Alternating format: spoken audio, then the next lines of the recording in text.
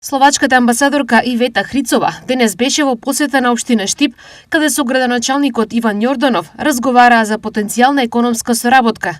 Ставовите на двајцата соговорници се дека таа е возможна на повеќе полиња. Можностите во технолошко-индустријската развојна зона, размената на знаење и околностите затоа што Штип е образовен центар, Универзитетот Гоце Делчев е наш огромен потенцијал, така да се надевам дека од овој разговор и од оваа средба ќе произлезе една соработка која ќе придонесе за развој на нашиот град и размена на искуство и на придобивки од соработката.